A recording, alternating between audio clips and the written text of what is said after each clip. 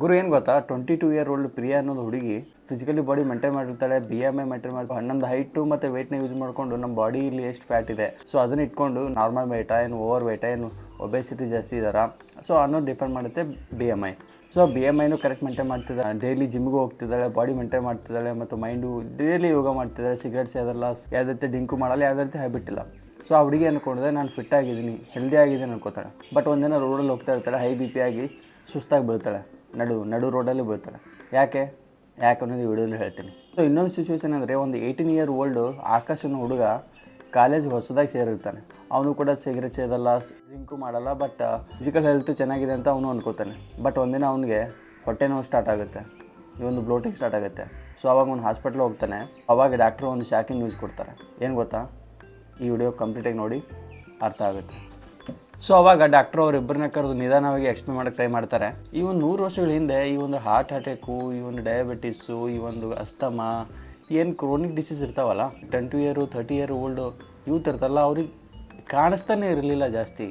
But ಏನು ಗೊತ್ತಾ, 10-15 ವರ್ಷ ಒಂದು ಯಾವ ರೀತಿ ಜನ್ರೇಷನು ಮತ್ತು ಈ ಒಂದು ಟೆಕ್ನಾಲಜಿ ಶಿಫ್ಟ್ ಆಯ್ತಲ್ಲ, ಸೊ ಅದ್ರ ಜೊತೆಗೆ ನಮ್ಮ ಹೆಲ್ತ್ ಕೂಡ ಶಿಫ್ಟ್ ಆಯಿತು. ಒಂದು ಇಂಡಿಯಾ ಹೆಲ್ತ್ ಅಸೆಸ್ಮೆಂಟ್ ಅನ್ನೋದು ಒಂದು ರಿಸರ್ಚ್ ಮಾಡುತ್ತೆ. ಅದರಲ್ಲಿ ಈ 1/3 ಭಾಗ ಅಂದರೆ 1/3 ಆಫ್ ಸ್ಟೂಡೆಂಟ್ಸಲ್ಲಿ ಓವರ್ ವೇಟ್ ಇದ್ದಾರೆ, ಅಂದರೆ ದಪ್ಪ ಇದ್ದಾನೆ, ಜಾಸ್ತಿ ಬೊಜ್ಜಿದೆ ಅವನಿಗೆ.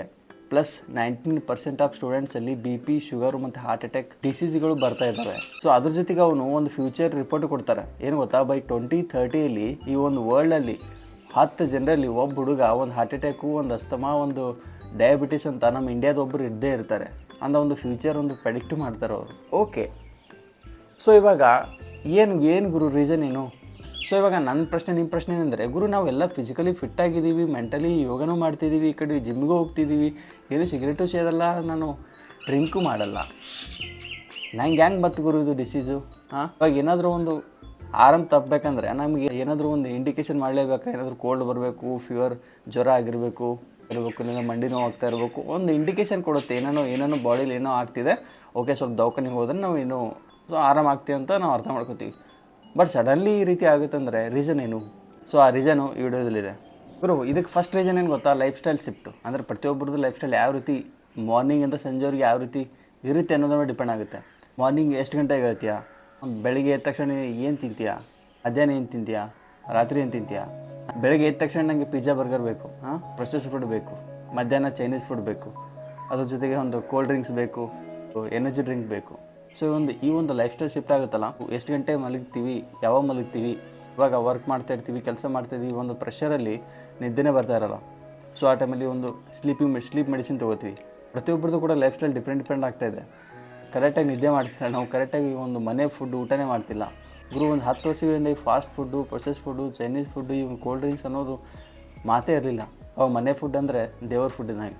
ಈ ರೀತಿ ಒಂದು ಲೈಫ್ ಸ್ಟೈಲ್ ಶಿಫ್ಟು ನಮಗೆ ಸಿಂಪ್ಟಮ್ ಬರಲಾದೆ ಡಿಸೀಸ್ ತರೋಕ್ಕೆ ಕಾರಣ ಆಗ್ತಿದೆ ಗುರು. ನೆಕ್ಸ್ಟ್ ರೀಸನ್ ಏನು ಗೊತ್ತಾ, ಗಟ್ ಹೆಲ್ತು. ಅಂದರೆ ನಮ್ಮದು ಹೊಟ್ಟೆ ಆರೋಗ್ಯ. ನಾವು ಏನು ತಿಂತೀವಿ, ಇವಾಗ ನಾವು ಪ್ರೊಸೆಸ್ ಫುಡ್ಡು, ಒಂದು ಕೋಲ್ಡ್ ಡ್ರಿಂಕು, ಹೊರಗಿನ ಚೈನೀಸ್ ಫುಡ್ಡು, ಸೊ ಅದೆಲ್ಲ ತಿಂದ ತಕ್ಷಣ ಹೊಟ್ಟೆ ನಮಗೆ ಎಫೆಕ್ಟ್ ಕೊಡುತ್ತೆ. ಇದು ಜನರಲಿ ಯಾರಿಗಾಗುತ್ತೆ ಅಂದರೆ, ವರ್ಕ್ ಮಾಡೋಕ್ಕೆ ಅಥವಾ ಒಂದು ಕಾಲೇಜ್ ಸೇರಿರ್ತಾರೆ ಬೆಂಗಳೂರಿಗೆ, ಒಂದು ಕೋಲ್ಕತ್ತಾ, ಬೇರೆ ರೀತಿ ನಂತರ ಒಂದು ಊರು ಬಿಟ್ಟು ಮನೆ ಬಿಟ್ಟು ಬಂದಿರ್ತಾರೆ. ಸೊ ಅವಾಗ ಅವ್ರಿಗೆ ಮನೆ ಊಟ ಅಂತೂ ಮಾಡೋಕ್ಕಾಗಲ್ಲ, ದೂರ ಇರುತ್ತೆ. ಸೊ ಅವಾಗ ಆಪ್ಷನ್ ಏನಿದೆ, ಹೊರಗಡೆ ಊಟ ಮಾಡಬೇಕು. ಸೊ ಆವಾಗ ಅವರಿಗೆ ಈ ಒಂದು ಗಟ್ ಹೆಲ್ತು ಹಾಳಾಗೋದು ಜಾಸ್ತಿ. ಹಾಸ್ಟೆಲ್ ಸ್ಟೂಡೆಂಟ್ಸ್ಗೆ, ಎಂಪ್ಲಾಯೀಸ್ಗೆ ಜಾಸ್ತಿ ಹೊರಗಡೆ ಬಂದಿರ್ತಾರಲ್ಲ, ನಾವು ಊಟ ಮಾಡೋದ್ರಲ್ಲಿ ಯಾವುದೇ ರೀತಿ ಪ್ರೋಟೀನ್ ಇರೋದಿಲ್ಲ, ಒಂದು ಫೈಬರ್ ಇರೋದಿಲ್ಲ, ಪ್ರೊಸೆಸ್ಡ್ ಫುಡ್ ಇರುತ್ತೆ, ಒಂದು ಹೈ ಶುಗರ್ ಇರುತ್ತೆ. ಸೊ ಇದೆಲ್ಲ ನಾವು ಜಾಸ್ತಿ ಅಬ್ಸರ್ವ್ ಮಾಡೋಕ್ಕೋಗಲ್ಲ, ಯಾಕಂದರೆ ನಮಗೆ ಜಸ್ಟ್ ಊಟ ಮಾಡಬೇಕಾಗಿರುತ್ತೆ, ಫುಡ್ ಬೇಕಾಗಿರುತ್ತೆ ಅಷ್ಟೇ. ಸೊ ಅದರ ಇಂಪ್ಯಾಕ್ಟಾಗಿ ನಮಗೆ ಬೊಜ್ಜು ಬರುತ್ತೆ, ಆ್ಯಸಿಡಿಟಿ. ಸೊ ಇದು ನಮ್ಮ ಕರಳಲ್ಲಿರೋ ಒಂದು ಬ್ಯಾಕ್ಟೀರಿಯಾಗಳಿಗೆ ಬಡಿದೆಬ್ಬಿಸುತ್ತೆ. ಸೊ ಅದರಿಂದ ಈ ಒಂದು ಕಾನ್ಸ್ಟಿಪೇಷನ್ನು, ಆ್ಯಸಿಡಿಟಿ, ಒಬೆಸಿಟಿ ನಮಗೆ ಗಿಫ್ಟಾಗಿ ಕೊಡುತ್ತೆ. ಸೊ ಟೋಟಲಿ ಏನು ಗೊತ್ತಾ, ಈ ಒಂದು ಗಟ್ ಹೆಲ್ತ್ ಅನ್ನೋದು ಚೆನ್ನಾಗಿದ್ದರೆ ಟೋಟಲ್ ನಮ್ಮ ಓವರಾಲ್ ಹೆಲ್ತ್ ಚೆನ್ನಾಗಿರುತ್ತೆ ಅಂತ ಡಾಕ್ಟ್ರ್ ಹೇಳ್ತಾರೆ. ಸೊ ಇವಾಗ ಮೇನ್ ರೀಸನ್ ಬರ್ತೀನಿ ಗುರು. ಏನು ಗೊತ್ತಾ, ಈ influencer of misinformation. First of all ಈ ಒಂದು ಕೋವಿಡ್ ಮುಂಚೆ ಇಷ್ಟು ಜಿಮ್ಸ್ಗಳು ಇದ್ದ ನಮ್ಮ ಹತ್ರ. ಈ ಒಂದು ಕೋವಿಡ್ ಆದ ನಂತರ ಎಲ್ಲರ ಮೈಂಡಲ್ಲೂ ಬಂತು ಗುರು, ಹೆಲ್ತ್ ಇಂಪಾರ್ಟೆಂಟು, ನಾನು ಹೆಲ್ತ್ ಕೇರೇ ಮಾಡಲೇಬೇಕು, ಹೆಲ್ತ್ ಕೇರ್ ಮಾಡ್ಕೊಂಡು ಜಿಮ್ಗೆ ಹೋಗಲೇಬೇಕು. ಇವಾಗ ಜಿಮ್ ಹೋಗ್ಬೇಕಂದ್ರೆ ನನಗೆ ಯಾವ ರೀತಿ ಇನ್ಫಾರ್ಮೇಷನ್ ಇರೋಲ್ಲ. ವರ್ಕೌಟ್ ಏನು ಮಾಡಬೇಕು, ಡಯಟ್ ಏನು ತಿನ್ನಬೇಕು, ಬಾಡಿ ಬಿಲ್ಡಿಂಗ್ ಯಾವ ರೀತಿ ಮಾಡ್ಬೇಕಂತ ಐಡಿಯಾ ಇರೋದಿಲ್ಲ, ಯಾವ ಪ್ರೋಟೀನ್ ತೊಗೋಬೇಕಂತ ಐಡಿಯಾ ಇರೋದಿಲ್ಲ. ಸೊ ಅವಾಗ ಇನ್ಫ್ಲೂಯೆನ್ಸರ್ ಬರ್ತಾರೆ ಇನ್ಫ್ಲೂಯೆನ್ಸರ್. ಆ ಇನ್ಫ್ಲೂಯೆನ್ಸರಿಗೆ ಇನ್ಫ್ಲೂಯೆನ್ಸ್ ಮಾಡ್ತಾ ಇರ್ತಾರೆ ಕಂಪ್ನಿಗಳಿಗೆ ಮ್ಯಾನಿಪ್ಯುಲೇಟ್ ಮಾಡ್ತಾ ಇರುತ್ತೆ ದುಡ್ಡು.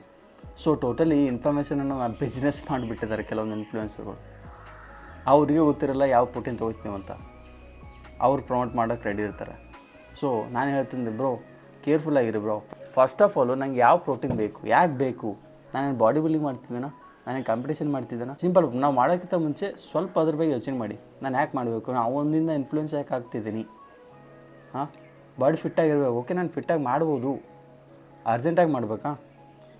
ಅಷ್ಟು ಅರ್ಜೆಂಟ್ ಏನಿದೆ? ಈ ಇಂಜೆಕ್ಷನ್ ಬಾಡಿ ಬಿಲ್ಡಿಂಗ್ ಇರ್ತಾರೆ ಜಾಸ್ತಿ. ಸೊ ಅದರಲ್ಲಿ natural body building rare bro. So ಸಡನ್ನಾಗಿ ಬಾಡಿ ಬಿಲ್ಡಿಂಗ್ ತಂದು ಇನ್ಫ್ಲೂಯೆನ್ಸ್ ಮಾಡೋಕ್ಕೆ ಟ್ರೈ ಮಾಡ್ತಾ ಇರ್ತಾರೆ. So be careful about this. ಯಾಕಂದರೆ natural body is possible bro, but time ತೊಗೊಳುತ್ತೆ. ಟೈಮ್ ತೊಗೊಂಡ್ರು ಕೂಡ ಲೈಫ್ ಲಾಂಗ್ ಫಿಟ್ನೆಸ್ ಇರ್ತೀರ. ಇಲ್ಲಿ ಶಾರ್ಟ್ ಟೈಮಲ್ಲಿ ಫಾಸ್ಟ್ ಬಾಡಿ ಬಿಲ್ಡಿಂಗ್ ಮಾಡಿಕೊಂಡು ಫಾಸ್ಟಾಗಿ ಹೋಗ್ಬಿಡ್ತಾರೆ ಅಷ್ಟೇ. ಸೊ ಇನ್ನು ಇನ್ಫ್ಲೂಯೆನ್ಸರ್ ಪ್ರೋಟೀನ್ ಅಂತ ಇಲ್ಲ, ಪ್ರತಿಯೊಂದು ಕೂಡ ಇನ್ಫ್ಲೂಯೆನ್ಸ್ ಮಾಡೋಕ್ಕೆ ಬರ್ತಿದ್ದಾರೆ ಇವಾಗ. ಸೊ ಬೇ ಕೇರ್ಫುಲ್ ಅಬೌಟ್ ದಿಸ್. ಅದು ತೊಗೊಳೋಕ್ಕಿಂತ ಮುಂಚೆ ಅದು ನೋಡಿದ ಮೇಲೆ ಇಂಟ್ರೆಸ್ಟ್ ಇದ್ದರೆ ಅದ್ರ ಬಗ್ಗೆ ಸ್ವಲ್ಪ ರಿಸರ್ಚ್ ಮಾಡೋದು ಬೇಕು.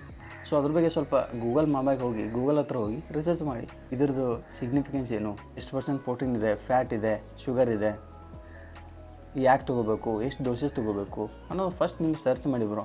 ಆವಾಗ ನಿಮಗೆ ಹೆಲ್ಪ್ ಆಗುತ್ತೆ. ಸೊ ನಮ್ಮ ಹೆಲ್ತ್ ನಾವೇ ಮೇಂಟೈನ್ ಮಾಡ್ತೀವಿ. ಯಾವ ರೀತಿ ಇನ್ಫ್ಲೂಯೆನ್ಸರ್ ಬೇಕಾಗಲ್ಲ, ಟ್ರೈನರ್ ಬೇಕಾಗಲ್ಲ, ಎಕ್ಸ್ಪರ್ಟು ಬೇಕಾಗಲ್ಲ. So be careful about these influencers. So ಇನ್ನೊಂದು ಮೋಸ್ಟ್ ಇಂಪಾರ್ಟೆಂಟ್ ಕ್ರೈಟೀರಿಯಾ ಏನು ಗೊತ್ತಾ? Sleep bro. ಇದ್ರ ಬಗ್ಗೆ ನಾನು ಜಾಸ್ತಿ ಮಾತಾಡೋಕ್ಕೆ ಹೋಗಲ್ಲ, ಯಾಕಂದರೆ ನಾನೇ ನಿದ್ದೆಗೆ ಚೆನ್ನಾಗಿ ಮಾಡಲ್ಲ. ಮಿನಿಮಮ್ ಡಾಕ್ಟ್ರ್ ಹೇಳ್ತಾರಪ್ಪ 7-8 ಗಂಟೆ ಮಾಡ್ಬೇಕಂತ. ಗುರು 7-8 ಗಂಟೆ ನಿದ್ದೆ ಮಾಡಿದ್ರೆ ಯಾರು ಗುರು? ನಮಗೆ ಈ ವಿಡಿಯೋ ಎಡಿಟ್ ಯಾರು ಮಾಡಬೇಕು, ವಿಡಿಯೋ ಶೂಟ್ ಯಾರು ಮಾಡಬೇಕು, ಆಫೀಸ್ ಕೆಲಸ ಯಾರು ಹೋಗಬೇಕು? ಇದು ಇದು ನಂದು ಒಪಿನಿಯನ್, ನಿಮ್ಮದಲ್ಲ. ಸೊ ನೀವು ಆಲ್ವೇಸ್ 7-8 ಅವರ್ ಹೇಳಿದಾರಲ್ಲ, ಅದು ನೀವು ಮೇಂಟೈನ್ ಮಾಡ್ಬೋದು. ಬಟ್ ಪರ್ಸನ್ ಮೇಲೆ ಪರ್ಸನ್ ಡಿಪೆಂಡ್ ಆಗುತ್ತೆ.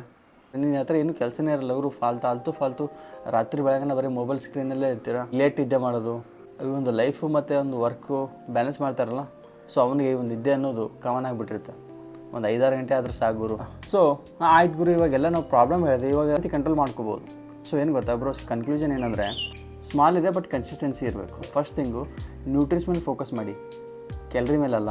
ಅಡ್ವೈಸ್ ನಿಮಗೇನು ಗೊತ್ತಿಲ್ಲ, ಇನ್ಫಾರ್ಮೇಷನ್ ಇದು, ನಾವು ಯಾವ ಪ್ರೋಟೀನ್ ತೊಗೋಬೇಕು, ಏನು ತೊಗೋಬೇಕಂತ ಗೊತ್ತಿಲ್ಲ ಅಂದರೆ ಅಡ್ವೈಸ್ ತೊಗೊಳ್ಳಿ. ಬಟ್ ಅವನು ಪರ್ಸನು ಟ್ರೆಂಡ್ ಪರ್ಸನ್ ಆಗಿರಬೇಕು, ನಾಟ್ ಟ್ರೆಂಡಿಂಗ್ ಪರ್ಸನ್. ನಮ್ಮ ಬ್ರೇಕ್ಫಾಸ್ಟ್ ಆಗಿರ್ಬೋದು, ಮೀಲ್ಸ್ ಆಗಿರ್ಬೋದು, ಡಿನ್ನರ್ ಆಗಿರ್ಬೋದು, ಜಾಸ್ತಿ ನಮ್ಮದು ಪ್ರಿಯಾರಿಟೈಸ್ ಆಗಿರಬೇಕಾಗಿದ್ದು ಪ್ರೋಟೀನು ಮತ್ತು ಫೈಬರು, ಒಂದು ಹೆಲ್ದಿ ಫ್ಯಾಟ್ಸ್ ಇರುತ್ತಲ್ಲ, ಸೊ ಅದನ್ನು ಜಾಸ್ತಿ ಆ್ಯಡ್ ಮಾಡ್ಕೊಳ್ಳಿ. ಸೊ ನೆಕ್ಸ್ಟ್ ಒಂದು ಸ್ಲೀಪ್ ಪ್ರೋಟೀನ್ನ ಬಿಲ್ಡ್ ಮಾಡ್ಕೊಳ್ಳಿ. ಸೊ ಮಿನಿಮಮ್ ನಮಗೆ ಒಂದು 5-6 ಗಂಟೆ ಆದರೂ ಸಾಕು ಬ್ರೋ. ಸೊ ನಿಮಗೆ ಯಾವ ರೀತಿ ಸ್ಲೀಪ್ ಪ್ರೋಟೀನ್ ಅಂತ ಫಿಕ್ಸ್ ಮಾಡ್ಕೊಳ್ಳಿ ಇಷ್ಟೇ ಅಂತ. ಓಕೆ, ಸೊ ಒಂದು ಮೆಂಟಲಿ ಪೀಸ್ ಕೊಡುತ್ತೆ. ಆಲ್ವೇಸ್ ರೆಕಮೆಂಡ್ ಮಾಡೋದು ಬ್ರೋ, ಜಿಮ್ಗೆ ಹೋಗಿ ವರ್ಕೌಟ್ ಮಾಡಿ. ಲೈಫಲ್ಲಿ ಒಂದು ಮೆಂಟಲ್ ಹೆಲ್ತು, ಒಂದು ಫಿಸಿಕಲ್ ಹೆಲ್ತ್ನ ಎರಡೂ ಕೂಡ ನಿಮ್ಗೆ ಫ್ರೀಯಾಗಿ ಸಿಗೋದು ಜಿಮ್ಮಲ್ಲಿ ಮಾತ್ರ. Mental health is key. ಸ್ಟ್ರೆಸ್ಸನ್ನು, ಒಂದು ಪ್ರೆಷರನ್ನು, ಒಂದು ಟೆನ್ಷನನ್ನು ಕಂಡು ಹಿಡ್ಕೊಳ್ಳಿ. ಇಲ್ಲಿ ಏನಾಗ್ತಿದೆ, ಯಾಕೆ ಬರ್ತಿದೆ ಪ್ರೆಷರು, ಯಾಕೆ ಬರ್ತಿದೆ ಟೆನ್ಷನು, ಯಾಕೆ ಬರ್ತಿದೆ stress, why? Just find it and kill it. So totally ಏನು ಹೇಳ್ಬೇಕಂದ್ರೆ, ಸಿಂಪ್ಟಮ್ ಎಲ್ಲದ ನಮ್ಗೆ ಹೆಲ್ತ್ ಪ್ರಾಬ್ಲಮ್ ಅಂದರೆ ನಮ್ಮದು ಲೈಫ್ ಸ್ಟೈಲ್ ಮೇಲೆ ಡಿಪೆಂಡ್ ಆಗಿರುತ್ತೆ. ಸೊ ಈ ಒಂದು 66 ಚಾಲೆಂಜ್ನ 57ನೇ ವಿಡಿಯೋ ನೋಡ್ತಿದ್ದಾರೆ ಬ್ರೋ.